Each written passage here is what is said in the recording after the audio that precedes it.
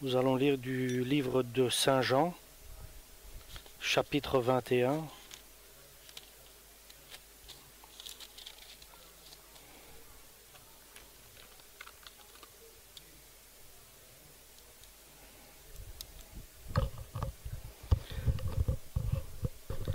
Quelque temps après, Jésus se montra de nouveau à ses disciples au bord du lac de Tibériade. Voici dans quelles circonstances il leur apparut.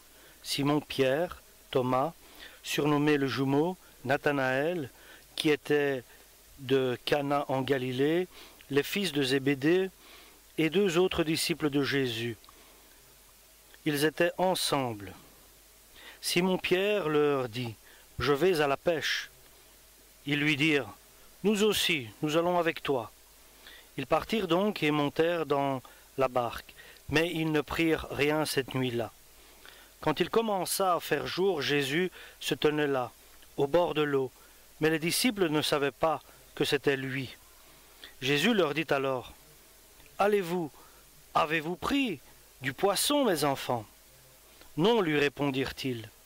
Il leur dit : « Jetez le filet du côté droit de la barque, et vous en trouverez. » Ils jetèrent donc le filet, et ils n'arrivaient plus à le retirer de l'eau, tant ils étaient pleins de poissons.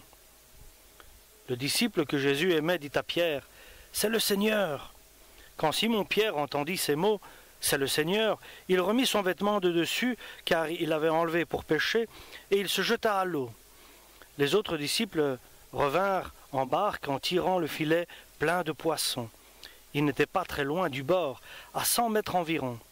Lorsqu'ils furent descendus à terre, ils virent là un feu avec du poisson posé dessus et du pain. Jésus leur dit : « Apportez quelques-uns des poissons que vous venez de prendre. » Simon-Pierre monta dans la barque et tira à terre le filet plein de gros poissons, 153 en tout. Et quoiqu'il y en ait eu tant, le filet ne se déchira pas. Jésus leur dit : « Venez, mangez. » Aucun des disciples n'osait lui demander : « Qui es-tu ? » car il savait que c'était le Seigneur. Jésus s'approcha, prit le pain et le leur partagea. Il leur donna aussi du poisson. C'était la 3e fois que Jésus se montrait à ses disciples depuis qu'il était revenu d'entre les morts. Après le repas, Jésus demanda à Simon-Pierre : « Simon, fils de Jean, m'aimes-tu plus que ceux-ci ? » « Oui, Seigneur, répondit-il. « Tu sais que je t'aime. » Jésus lui dit : « Prends soin de mes agneaux. » Puis il lui demanda une 2e fois : « Simon, fils de Jean, m'aimes-tu ? » « Oui, Seigneur, répondit-il. Je sais que je t'aime. Tu sais que je t'aime, pardon. » Jésus lui dit : « Prends soin de mes brebis. » Puis il lui demanda une 3e fois : « Simon, fils de Jean, m'aimes-tu ? » Pierre fut attristé de ce que Jésus lui avait demandé pour la 3e fois : « M'aimes-tu ? » Et il lui répondit : « Seigneur, tu sais tout, tu sais que je t'aime. » Jésus lui dit : « Prends soin de mes brebis. » Oui, je te le déclare, c'est la vérité. Quand tu étais jeune, tu attachais toi-même ta ceinture et tu allais où tu voulais. Mais quand tu seras vieux, tu étendras les bras, un autre attachera ta ceinture et te mènera où tu ne voudras pas aller. » Par ces mots, Jésus indiquait de quelle façon Pierre allait mourir et servir ainsi la gloire de Dieu. Puis Jésus lui dit : « Suis-moi. » Pierre se retourna et vit derrière eux le disciple que Jésus aimait, celui qui s'était penché vers Jésus pendant le repas et lui avait demandé : « Seigneur, qui est celui qui va te trahir ?» Pierre le vit donc et dit à Jésus : « Et lui, Seigneur, que lui arrivera-t-il » Jésus lui répondit : « Si je désire qu'il vive jusqu'à ce que je revienne, que t'importe ? Toi, suis-moi. » La nouvelle se répandit donc alors parmi les croyants que ce disciple ne mourrait pas. Pourtant Jésus n'avait pas dit à Pierre : « Il ne mourra pas », mais il avait dit : « Si je désire qu'il vive jusqu'à ce que je revienne, que t'importe ?» C'est ce même disciple qui témoigne de ces faits et les a mis par écrit, et nous savons que son témoignage est vrai. Jésus a fait encore beaucoup d'autres choses. Si on les racontait par écrit, l'une après l'autre, je pense que le monde entier ne pourrait pas contenir les livres qu'on écrirait. Amen pour la parole du Seigneur.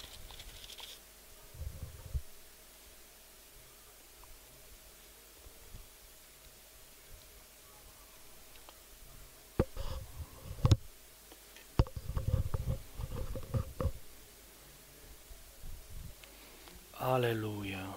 Nous remercions le Seigneur pour sa parole. Alléluia. Fontraire bile bravo toro forma laura chonda.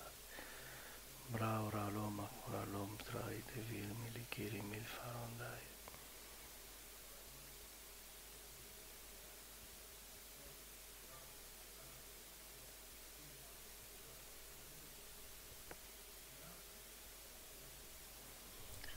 Vordal mecharalol paitoshem dochetal vechalala ilachim.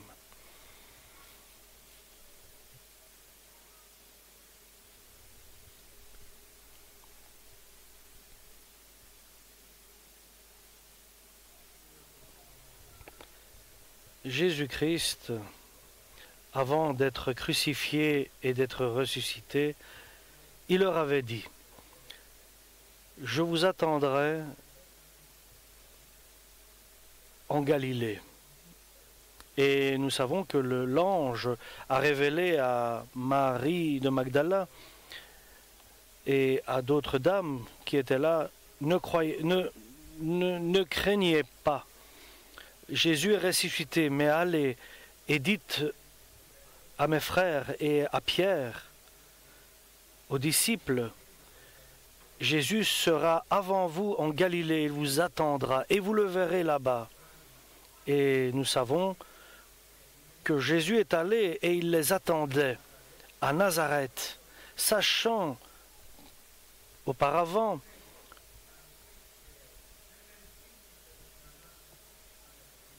ils ont cru en la résurrection, ils ont été libérés du péché, mais maintenant, il fallait qu'ils changent encore. Et là, en Galilée, va naître en eux un amour pour la pêche, et il fallait que Jésus soit là. Et nous savons que le cœur de Pierre s'est tourné vers la pêche de poissons et il leur dit, je vais à la pêche. Mais ils ne savaient pas que Jésus les attendait et qu'ils allaient voir Jésus. Ils n'ont pas saisi ces moments-là. Jésus les attend en Galilée. Et là où est son rendez-vous,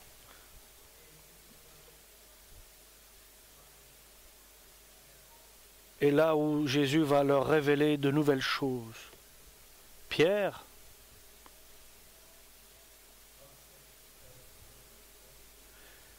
avec ses compagnons dans la foi, et avec un cœur impatient, ils sont allés pêcher avec Pierre et toute la nuit, ils n'ont rien pris comme poisson. Et là, Jésus les attendait. Sachant que Jésus nous attend, Jésus t'attend, là, dans ton erreur, dans ta faiblesse, là où tu ne devrais pas être. C'est comme Thomas, Jésus l'attendait, et Thomas n'avait pas compris. Et ici, Jésus attend les disciples qui se sont égarés. Et lorsqu'il s'approche d'eux, il leur crie. Ils doivent le reconnaître maintenant par la foi. Ne sois pas incrédule, mais sois fort dans la foi. Et Jésus leur demande, est-ce que vous avez pris du poisson? Et eux disent, non, nous n'avons rien pris. Et maintenant est la parole de la foi. Jetez les filets du côté droit de la barque.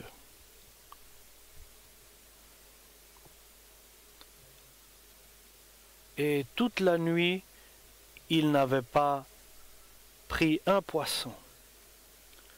Et maintenant, en eux, se passe quelque chose dans leur cœur. Et l'amour de Jean,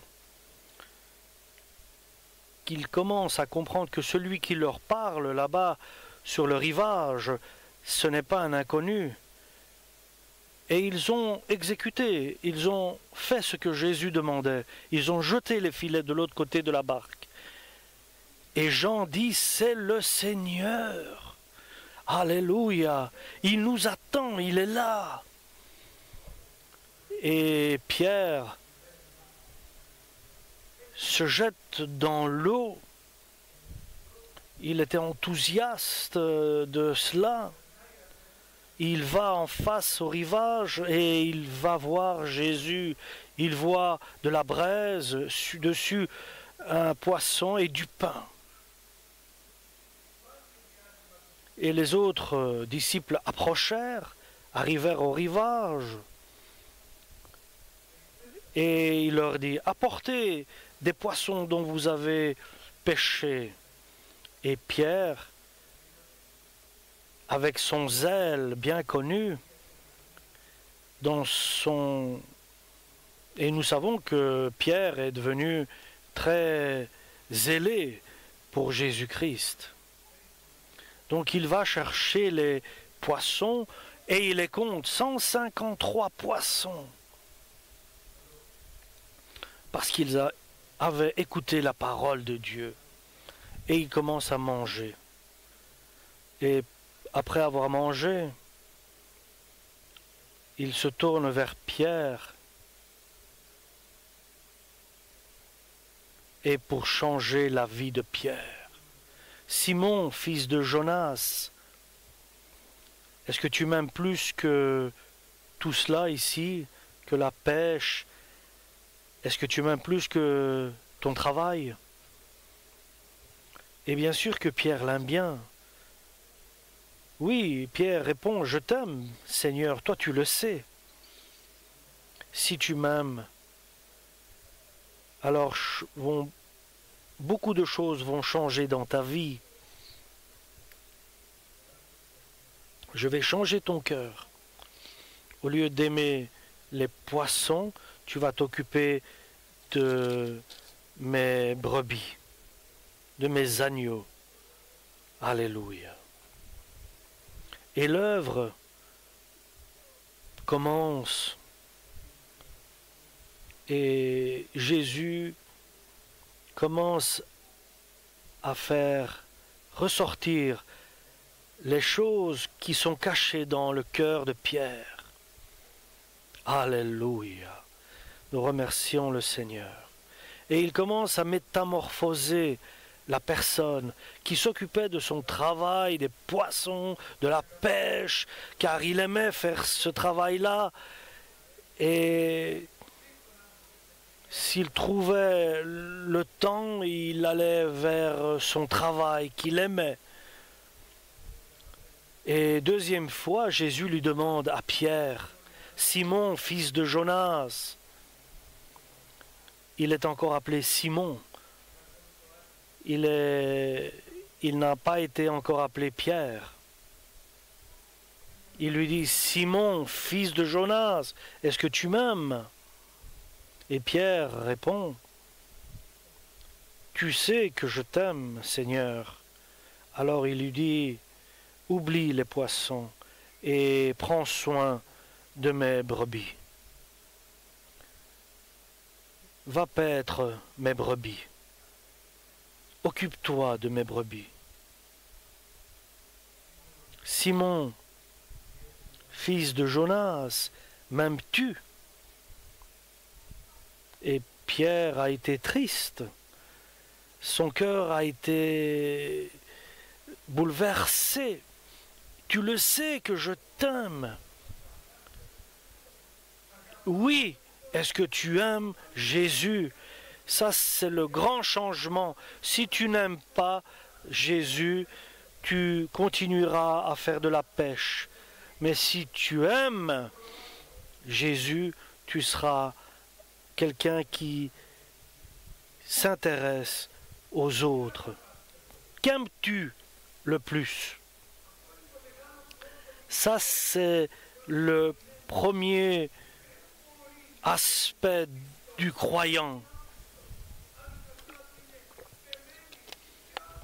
Si son cœur est lié à d'autres choses, est-ce que tu aimes plus tes enfants que Jésus? Est-ce que tu aimes plus ton travail que Jésus?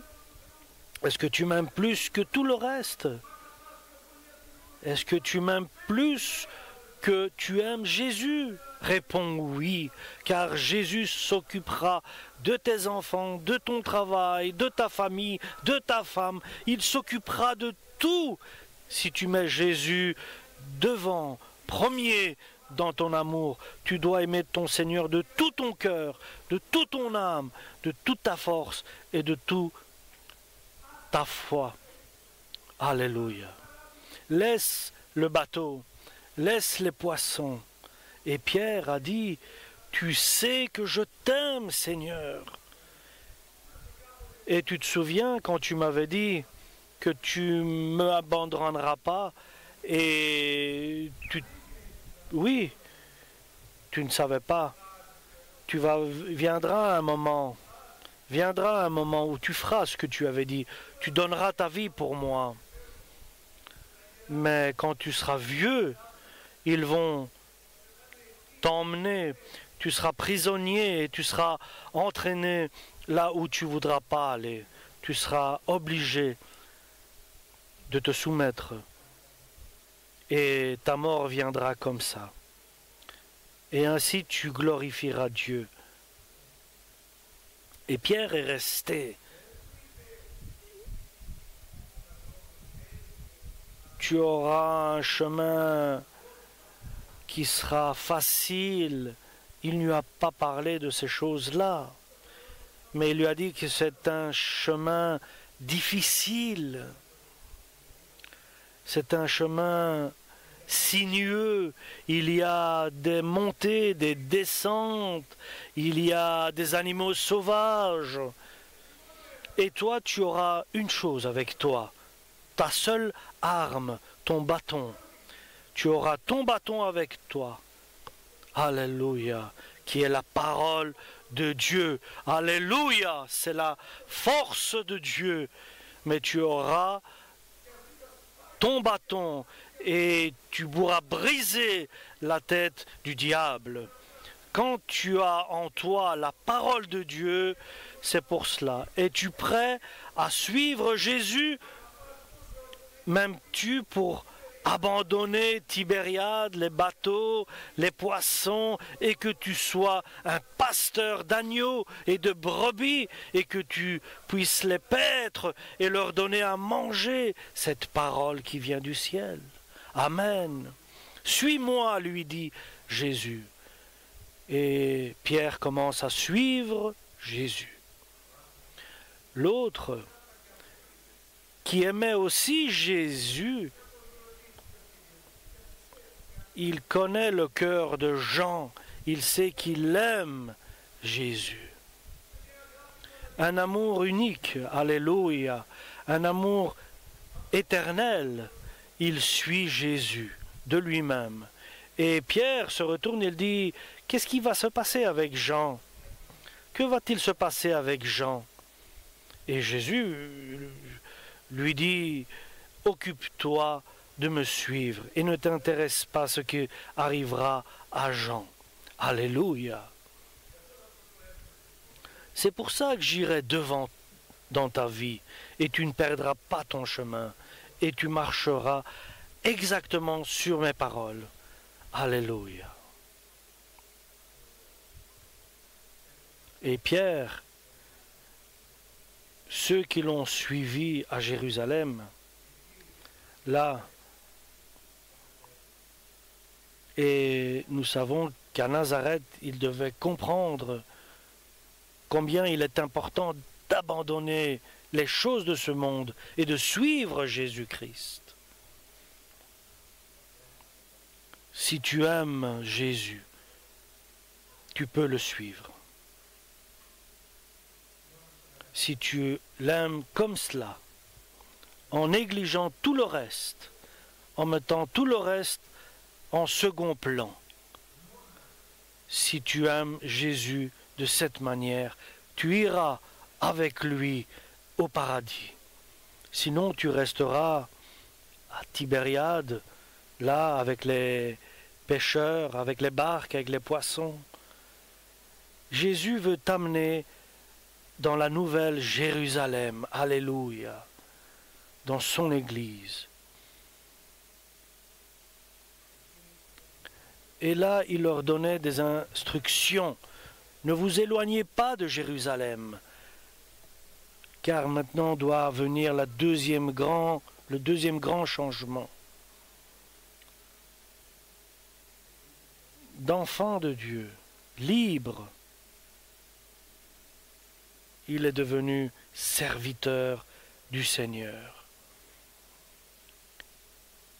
Alléluia. Et je vous le dis, c'était un homme du monde. Il ne pouvait pas savoir que Jésus est le Fils de Dieu. Jésus s'est révélé à eux. Et ils doivent retourner à Nazareth, là dans leur patrie, et à Jérusalem, il n'y a pas de poissons. Ils doivent aller là où il y a des poissons. Et il doit décider qui il veut suivre.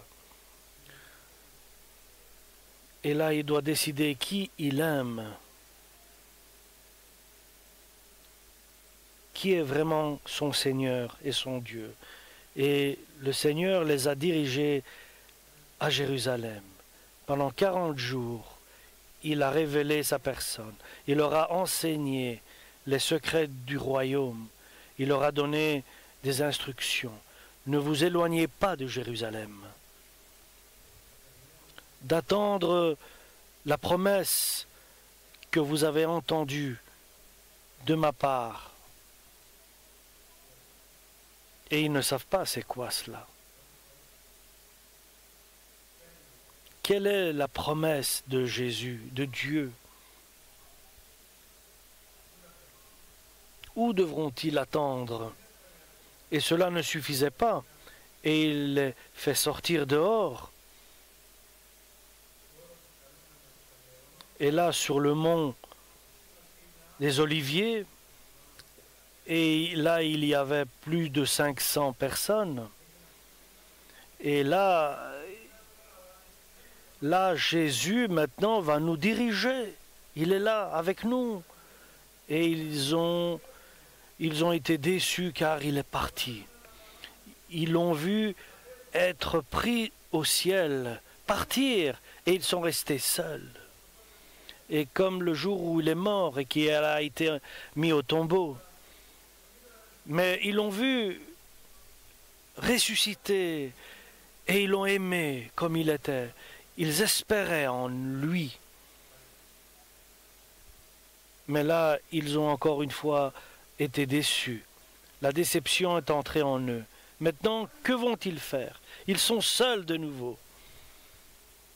Il leur avait dit, il est préférable pour vous, il est préférable que je m'en aille, car l'esprit de vérité, il vous est être avantageux que je m'en aille, pour que l'esprit de vérité vienne sur vous, en vous, et restez à Jérusalem. Des 500, il y en avait 120 qui étaient dans la chambre haute à prier à Jérusalem. Et l'ont demandé, Seigneur, en ce temps, toi, tu vas établir ton royaume ici en Israël? toi, le Jésus qui est ressuscité, nous qui te suivons. Et il leur a dit non.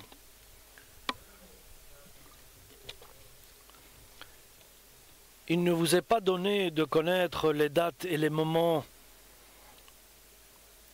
mais il vous est donné de recevoir de la puissance et de la force céleste. Et alors vous serez mes témoins dans le monde entier.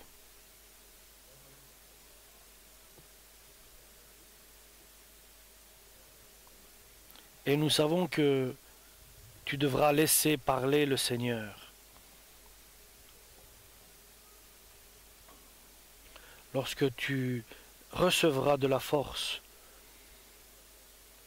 et cela est bon pour tous, pour toute notre vie, et bienheureux celui qui ne voit pas mais qui croit en Dieu. Tu ne parleras pas, mais l'Esprit qui demeure en toi parlera. Alléluia. C'est ainsi que Jésus a invité les disciples. Il avait reçu l'Esprit sans mesure. Lorsque le Saint-Esprit viendra sur vous, alors vous serez mes témoins. Alléluia. Alors vous aurez le pouvoir et la puissance. Et le résultat, vous serez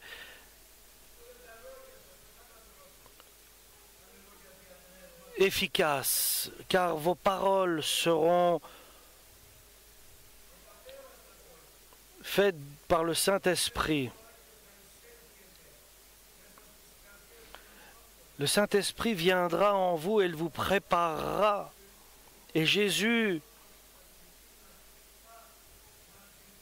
va nous enseigner les Écritures.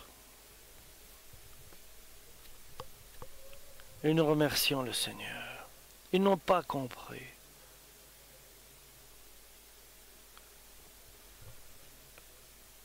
Et nous savons que il y avait aussi la mère de Jésus, la sœur de Marie, il y avait les disciples.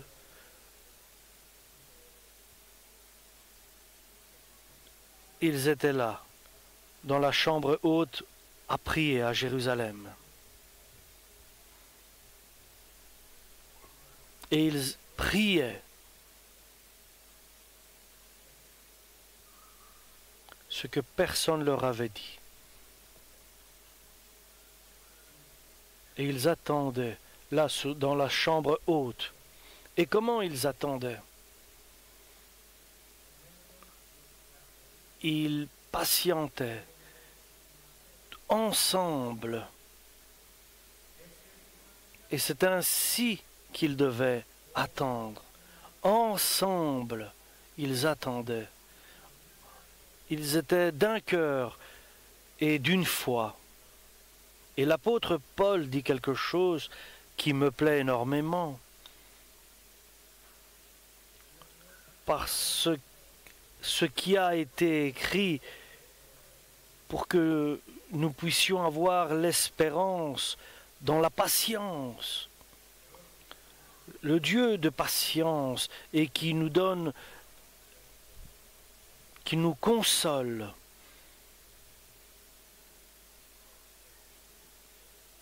Et qui nous donne à glorifier ensemble en un cœur, un son.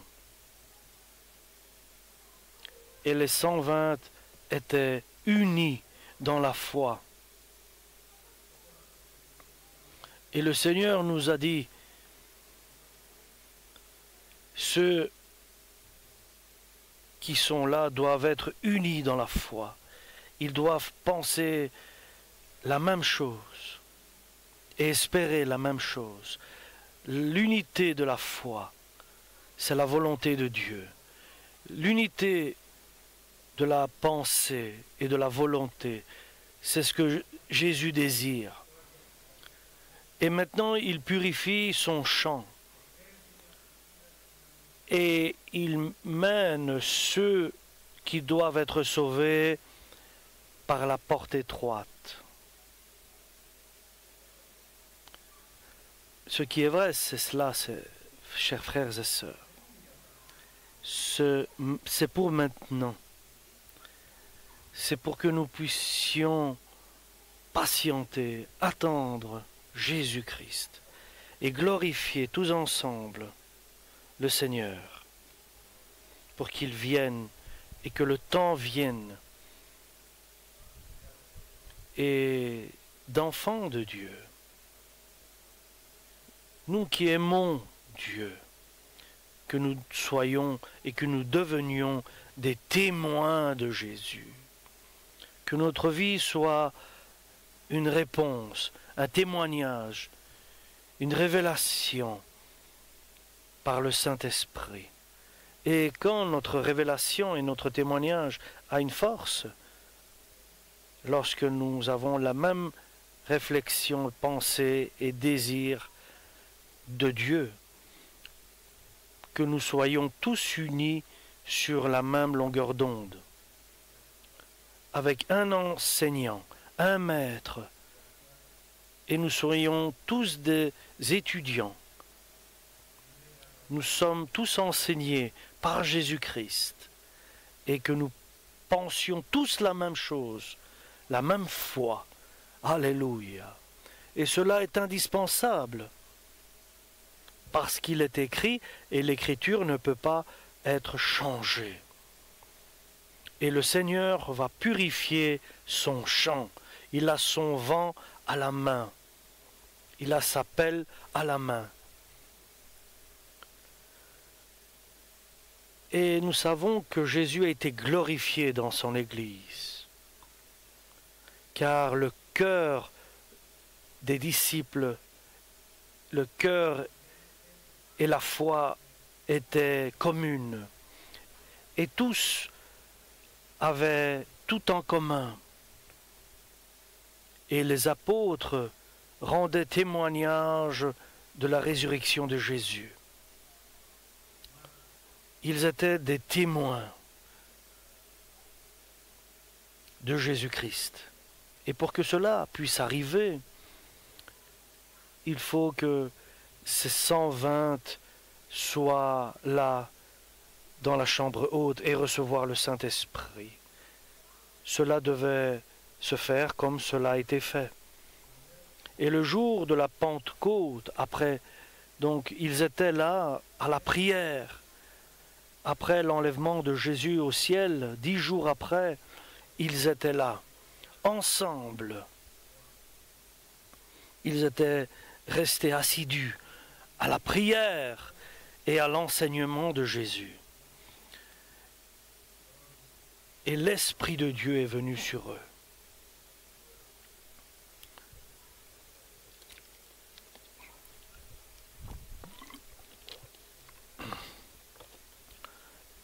Et là où ils étaient dans la prière, ensemble, assidus, ils étaient tous ensemble à cet endroit.